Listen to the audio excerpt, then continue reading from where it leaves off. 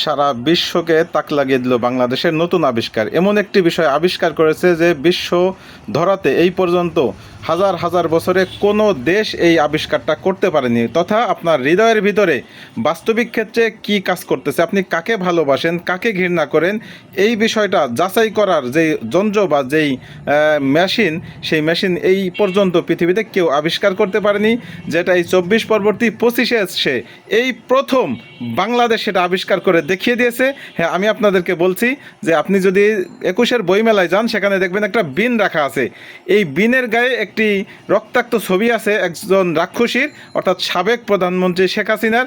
সেই ছবি এবং ডাস্টবিনে তার ছবি, এটাকে দেখে মানুষের ভিতরে কি আছে নাড়া দিয়ে উঠতেছে।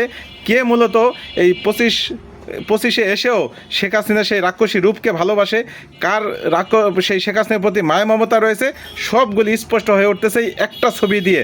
ওদের বাংলাদেশের যারা এই উদ্ভাবনীয় সাফল্য এনেছে তাদেরকে আমি স্যালুট জানাচ্ছি।